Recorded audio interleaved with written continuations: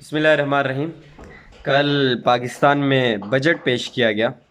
سب سے پہلی بات تو یہ ہے کہ ہم اس بجٹ کو مکمل اور یکسر اس سودی بجٹ کو مسترد کرتے ہیں، اور آپ نے یہ دیکھا ہوگا، باغور اس کا جائزہ لیا ہوگا کہ اس بجٹ میں نہ ہی تعلیم کے لیے کچھ رکھا گیا اور نہ ہی صحت کے لیے کچھ رکھا گیا۔ تو جب آپ تعلیم کے لیے بجٹ میں کچھ نہیں رکھیں گے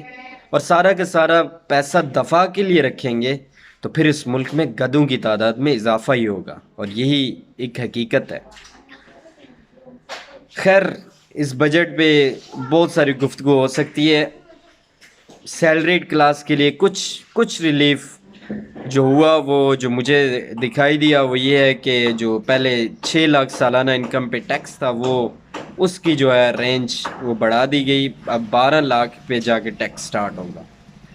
تو چلیں، تقریباً 1 لاکھ روپے ماہانہ کمانے والوں کے لیے اب ٹیکس میں چھوٹ ہوگی۔ کچھ سیلریڈ کلاس کیونکہ بہت زیادہ پس چکی تھی تو ان کے لیے تھوڑا بہت ظاہر ریلیف کا باعث ہوگا، باقی اس بجٹ میں کچھ بھی نہیں ہے۔ بجٹ پہ بہت زیادہ بات ہو سکتی ہے، لیکن ابھی میں بات کرنا چاہتا ہوں اپنے حلقہ غربی باغ کی، کیونکہ ابھی ظاہر صوبوں میں اور آزاد کشمیر میں بھی بجٹ پیش ہونا ہے۔ تو غربی باغ جو اس وقت پسماندہ ترین حلقہ ہے، اور اس کے سدا بہار ایم ایل اے ہمارے صدارتی احمد خان صاحب ہیں، اور ابھی اس غربی باغ کی سیاست میں کچھ تبدیلیاں آئی ہیں۔ وہ تبدیلیاں یہ ہیں کہ ہمیشہ ایک دوسرے کی مخالفت کرنے والے دو بڑے سردار عتیق احمد خان اور میجر ریٹائرڈ لطیف خلیق میں کچھ رومانس پیدا ہوا ہے ان دنوں میں، اور کچھ زیادہ ہی رومانس پیدا ہو گیا، اور اس سب میں جو انہوں نے طنز اور جو مخالفت کی اور جو اختلاف کیا اور جو بیانات دیے وہ جماعت اسلامی کے خلاف دیے، یہ بھی بڑا حیران کن پوائنٹ ہے۔ ہم تو اس پہ کچھ نہیں کہتے، آپ کو حق ہے، آپ جماعت اسلامی، کیونکہ ظاہر ہے وہ ایک حقیقت ہے، آپ کو ڈسکس کرنا پڑتا ہے، ہر اپنی تقریر میں، ہر اپنی انٹرویو میں آپ کو برا بھلا طنز کرنے پڑتے ہیں، وہ آپ جاری رکھیں۔ سعید جوش ایڈوکیٹ ایک حقیقت کا نام ہے۔ غربی باغ میں مزاحمت جو سٹارٹ کی وہ سعید جوش ایڈوکیٹ نے کی، اور جتنی اس نے استقامت دکھائی، یقین جانے یہ تاریخ میں ایسی شخصیات بہت کم پیدا ہوں گی، تو کوئی تاریخ کو مسخ نہیں کر سکتا۔ لیکن جو اصل پوائنٹ ہے وہ یہ ہے کہ غربی باغ پسماندہ رہا، اور یہ دونوں بڑی جماعتیں یا دونوں بڑے لوگ ایک دوسرے پہ ہمیشہ الزامات لگاتے رہے۔ صدر عتیق احمد خان صاحب اور ان کے چاہنے والے لوگ یہ کہتے رہے کہ میجر لطیف خلیق رکاوٹ ہیں، وہ کام نہیں ہونے دیتے،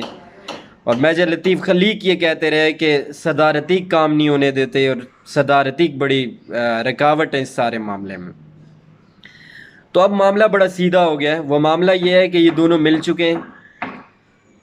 دونوں اس وقت حکومت میں ہیں، سردار عتیق ایم ایل اے ہیں اور حکومت کا حصہ ہیں، میجر لطیف خلیق حکومتی پارٹی کا حصہ ہیں، بڑا ووٹ لیا ہوا ہے اور ابھی ان کی حکومت ہے۔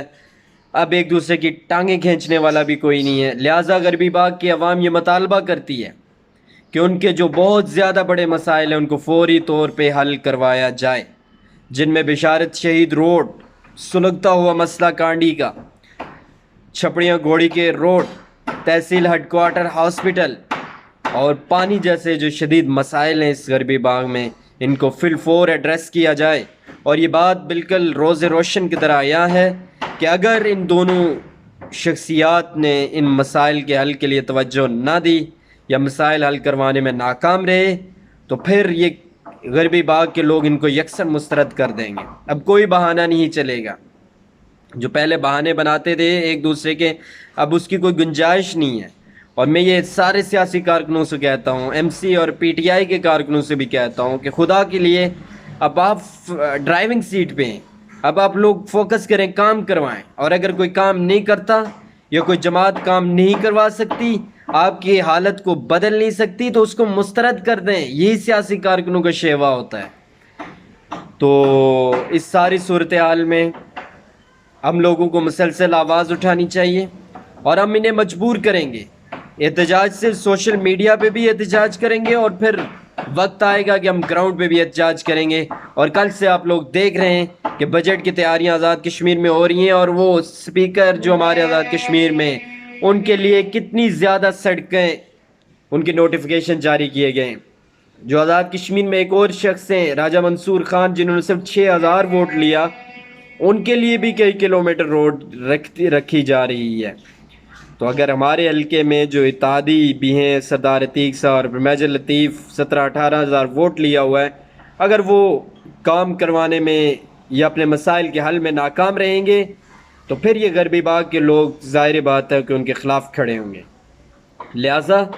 اب آپ دونوں افراد سے یہ اپیل ہے ہماری کہ اب آپ لوگ فرنٹ سیٹ پہ ہیں،